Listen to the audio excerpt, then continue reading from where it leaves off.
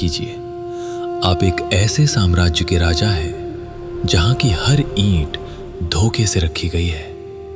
सदा से ये माना जाता है कि सत्ता और गद्दी के लिए लोग अपनों का खून तक बहा देते हैं। लेकिन क्या आपने कभी किसी ऐसे राजा की कथा सुनी है जिसने अपने धर्म और अपनी आत्मा की शांति के लिए अपना पूरा साम्राज्य, अपना राजपाट और अपनी सगी मां तक को हमेशा के लिए त्याग दिया हो?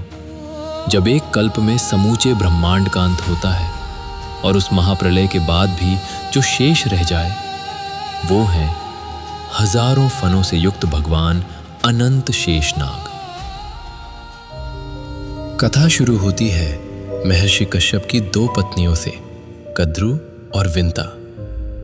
जहां माता विंता ने अरुण और गरुड़ जी को जन्म दिया, तो वहीं माता कद्रु की कोख से 1000 तेजस्वी नागों का जन्म हुआ, जिनमें वासुकी, तक्षक, करकोटक, प्रलंब, महापद्म, निष्ठानक, शंखपिंड और महामंथरक जैसे प्रमुख नाग शामिल थे।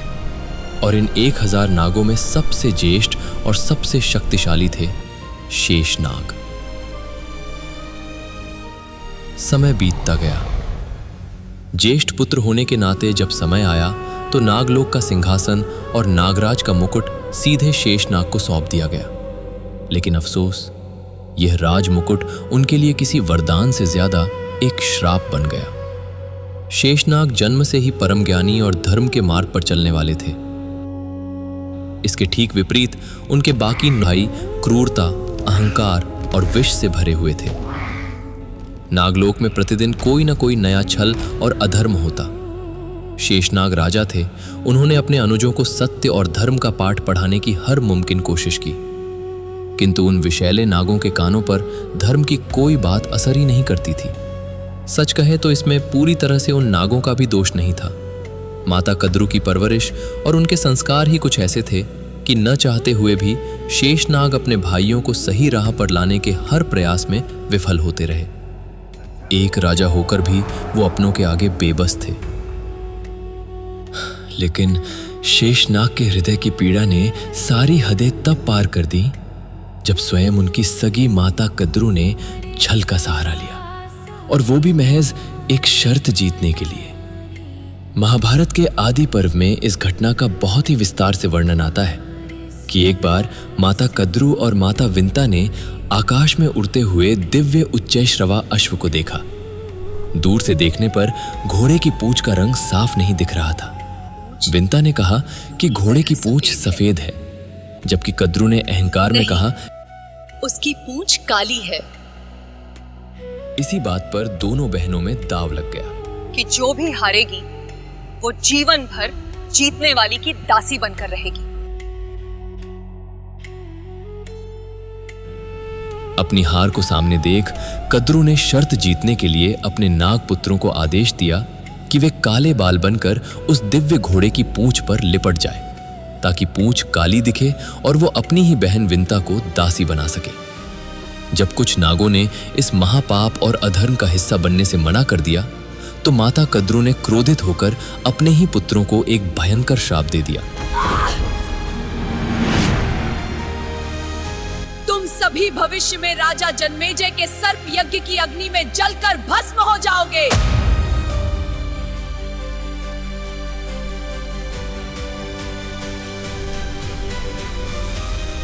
शाप के भय से और अपनी माता को खुश करने के लिए नागों को विवश होकर उस घोड़े की पूंछ से लिपटना ही पड़ा। अगली सुबह जब कद्रु और विंता समुद्र तट के पार उस उच्चैश्रवा घोड़े को देखने गईं, तो नागों के लिपटे होने के कारण उसकी पूंछ सच में काली नजर आई। कद्रु छल से यह शर्त जीत गई और परिणाम स्वरूप माता विंता को अपनी ही बहन की दासी बनना पड़ा। खैर दोस्तों, माता विंता और गरुड़ जी के दासी बनने की ये कथा एक अलग ही महाकाव्य है, जिसे हम किसी और एपिसोड में बहुत अच्छे से जानेंगे। अभी हम रुख मोड़ते हैं और अपनी मुख्य कथा पर वापस आते हैं। माता कद्रु के उस भयानक षड्यंत्र और धोखे का भान जब शेषनाग को हुआ, तो वे अंदर तक टूट गए। एक राजा के रूप में वे पूरी तरह से बेबस थे, क्योंकि ये महापाप और अधर्म करने वाली कोई और नहीं बल्कि उन्हें जन्म देने वाली उनकी अपनी मां थी।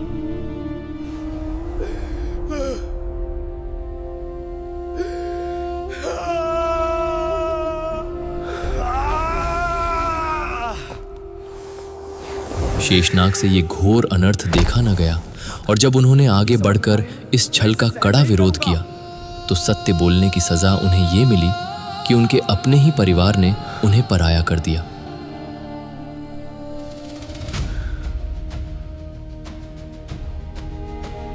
उस एक क्षण में शेषनाग को यह गहराई से समझ आ गया कि जिस परिवार की बुनियाद ही छल, कपट और स्वार्थ पर खड़ी हो, वहां का राजा बनकर रहना अपनी ही आत्मा को डसने के समान है। उसी क्षण बिना एक पल की देरी किए उन्होंने नागराज का वह अमूल्य ताज अपने सिर से उतार फेंका और अपनी मां, अपने भाइयों और नागलोक के उस असीमित ऐश्वर्य को उन्होंने ऐसे पीछे छोड़ दिया जैसे कोई नींद खुलने पर एक भयानक बुरे सपने को पीछे छोड़ देता है।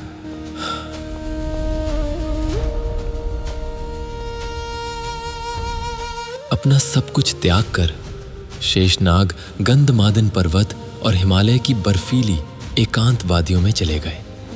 उनका हृदय अपनों के धोखे का दर्द समेटे हुए था। उन्होंने लाख प्रयत्न किए उस पीड़ा को मिटाने के, किंतु उन्हें केवल एक ही रास्ता नजर आया, कठोर तपस्या। उन्होंने अपने ही शरीर को भयानक कष्ट देना शुरू कर दिया, वायु को ही अपना आहार बना लिया।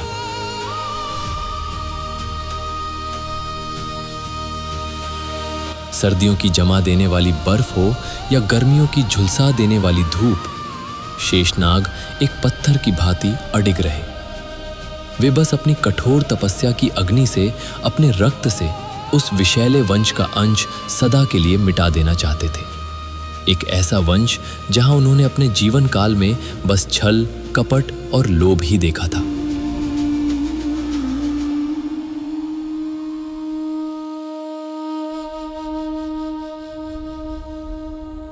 उनकी ये तपस्या इतनी भयानक थी कि उनके शरीर का मांस सूखकर हड्डियों से चिपकने लगा। उनकी इस निस्वार्थ और दर्द भरी महातपस्या के तेज से पूरा ब्रह्मांड कांप उठा, लेकिन उनके नेत्र बंद रहे और मन शांत होता चला गया, बस एक अनंत शांति की ओर। सप्ताह बीते, महीने गुजरे और फिर कई वर्ष बीत गए,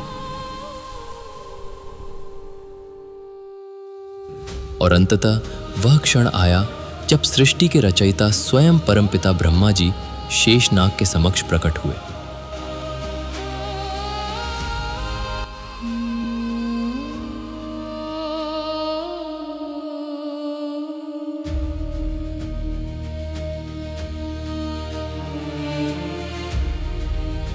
हे शेष, तुम्हारे भाइयों के निरंतर पापों और अधर्म के कारण ये धरती कांप रही है। ये धरा अपना संतुलन खो रही है।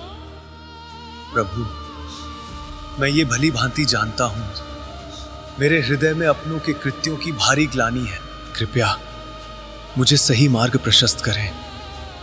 मुझे बताएं कि मेरे जीवन का क्या उद्देश्य है। तुम्हारी आत्मा पवित्र है, तुम्हारे भीतर असीमित धैर्य है, इसलिए मैं तुम्हें एक महान दायित्व सौंपता हूं। मैं तुम्हें इस पूरी पृथ्वी का भार सौंपता हूं।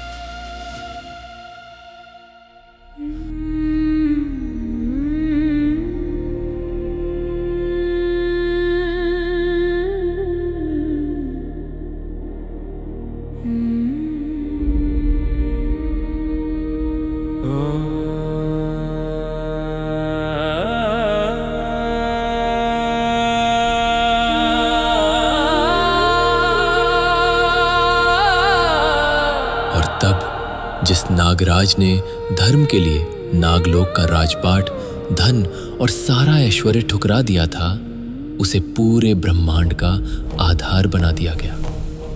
उन्होंने पाताल में जाकर अपने अनंत फनों पर इस पूरी पृथ्वी को धारण कर लिया।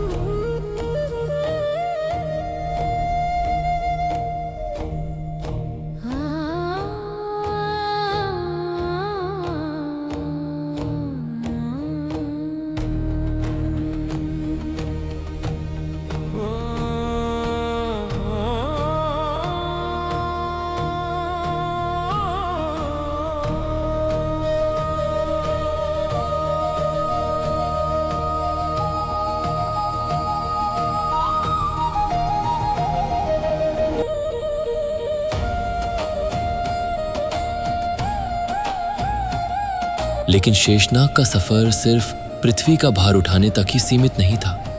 इतना बड़ा त्याग करने के बाद भी उनके हृदय को एक ऐसे आश्रय की तलाश थी, एक ऐसी परम शांति की खोज थी जहां कभी कोई छल ना हो, कोई स्वार्थ ना हो, एक ऐसा स्वामी जो सत्य का साक्षात रूप हो। सदियों तक उस परम शांति की खोज में भटकने के बाद अंततः उनकी वह तलाश पूरी हुई क्षीर सागर के अनंत जल में। जब शेषनाग ने पहली बार सृष्टि के पालनहार भगवान श्री हरि विष्णु के दर्शन किए तो उनके भीतर सदियों से उबल रहा अपनों के धोखे का क्रोध और पीड़ा पल भर में शांत हो गई। उन्हें एक ऐसे अलौकिक प्रेम और शांति का अनुभव हुआ जिसकी कल्पना उन्होंने कभी नहीं की थी। भगवान श्री हरि ने शेषनाग के इस वैराग्य और उनकी निस्वार्थ भक्ति को देखा। जो नागराज अपनों के विष और धोखे से भाग रहा था, भगवान विष्णु ने उसी नागराज को अपने हृदय से लगा लिया।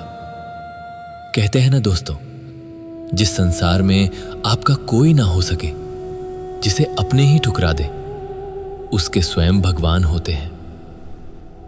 श्री हरि ने उन्हें हमेशा के लिए अपनी शैया के रूप में स्वीकार कर लिया। जरा सोचिए, एक तरफ वो दुनिया थी जिसने शेषनाग को सिर्फ दर्द, छल और धोखा दिया था, और दूसरी तरफ स्वयं भगवान श्री हरि नारायण है जो पूरे ब्रह्मांड का भार संभालने वाले उस विशाल काय अनंत शेषनाग को भी अपने प्रेम के आलिंगन में समेटे हुए हैं। और यहीं से शुरू हुआ ब्रह्मांड का सबसे सुंदर, रहस्यमयी और अटूट जुड़ाव। विष्णु पुराण में इसका बहुत ही स्पष्ट और गहरा वर्णन मिलता है। शेषनाग भगवान का संकर्षण रूप है। वो भगवान विष्णु की तामसी शक्ति है और इस संपूर्ण सृष्टि का मूल आधार है। जरा इस दृश्य की गहराई को महसूस कीजिए। जगत के पालनहार श्री हरि उस विशाल काय और अनंत फनों वाले शेषनाग की कुंडली पर इतने निर्भय और शांत लेटे हैं, जैसे एक नवजात शिशु पूर्ण निर्भयता के साथ अपनी माता की कोख में सोता है। और उनके चरणों में स्वयं माता लक्ष्मी विराजमान है, जो प्रेम से उनके चरण दबा रही हैं। ये दृश्य कोई साधारण चित्र नहीं है। यह हमें जीवन का सबसे बड़ा रहस्य सिखाता है।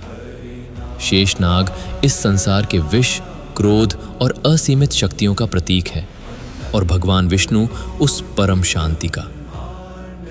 और उनकी विशालता का अंदाजा आप इसी बात से लगा सकते हैं कि जब शेषनाग अपने एक फन पर इस पूरी धरा को उठाते हैं तो उस क्षण में ये विशाल पृथ्वी उनके फन पर केवल एक राई के दाने जितनी नजर आती है। तो जरा कल्पना कीजिए कि उनका वास्तविक आकार कितना अनंत और अकल्पनीय होगा।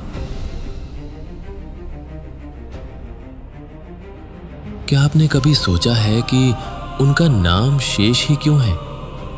शेष का अर्थ ही होता है वो जो अंत में बच जाए, इसीलिए उन्हें अनंत भी कहा जाता है। पुराणों में वर्णित है कि जब हर कल्प का अंत होता है, अर्थात जब महाप्रलय का समय आता है, तब भगवान शिव संहारक का रूप लेते हैं और यह समूचा ब्रह्मांड नष्ट हो जाता है, सब कुछ राख हो जाता है। और यदि उस प्रलय के बाद भी कुछ शेष रहता है तो केवल शेषनाग, जिनके नाम का अर्थ ही है कि जब सब खत्म हो जाए तब भी जो बचा रह जाए वही शेष है। इसीलिए समय, प्रलय और मृत्यु के चक्र से हमेशा परे रहने वाले भगवान नारायण हमेशा उस अनंत शेष पर ही विश्राम करते हैं। शेषनाग की यह निस्वार्थ भक्ति केवल क्षीर सागर के जल तक ही सीमित नहीं रही। जब जब भगवान विष्णु ने धर्म की रक्षा के लिए इस धरती पर अवतार लिया, तब शेषनाग ने भी उनका साथ निभाने के लिए जन्म लिया। त्रेता युग में जब श्री हरि ने मर्यादा पुरुषोत्तम श्री राम का अवतार लिया तो शेषनाग उनके छोटे भाई लक्ष्मण बनकर आए। फिर आया द्वापर युग, जब भगवान विष्णु श्री कृष्ण बने, तब शेषनाग ने उनके बड़े भाई बलराम के रूप में जन्म लिया। दोस्तों, शेषनाग की यह कहानी सिर्फ एक सर्प के देवता बनने की कहानी नहीं है। ये कथा है उस असीमित दर्द और घुटन की जब सत्य के मार्ग पर आपके अपने ही आपके खिलाफ खड़े हो जाएं। उन्होंने ये साबित कर दिया कि आप कहाँ जन्म लेते हैं ये बिल्कुल मायने नहीं रखता। आपके कर्म, आपका धर्म और आपकी तपस्या ही आपको महान बनाती है। ये कहानी उस अदम्य साहस की है जो हमें ये सिखाती है कि अगर सत्य और धर्म के लिए आपको अपना सिंहासन भी छोड़ना पड़े तो कभी पीछे मत हटना, क्योंकि याद रखिएगा, जो सत्य के लिए अपना ताज छोड़ता है भगवान उसे पूरे ब्रह्मांड का आधार बना देते हैं। तो दोस्तों, ये थी भगवान शेषनाग की अनसुनी कथा। आपकी इस पर क्या राय है? हमें कमेंट सेक्शन में अपनी राय जरूर बताएं। और सनातन धर्म के ऐसे ही गूढ़ और अनसुलझे रहस्यों को जानने के लिए आपके अपने चैनल लॉस्ट एकोज को सब्सक्राइब करना ना भूलें। मिलते हैं किसी नए अध्याय और नए रहस्य के साथ। जय शेषनाग, जय श्री हरि, हर हर महादेव।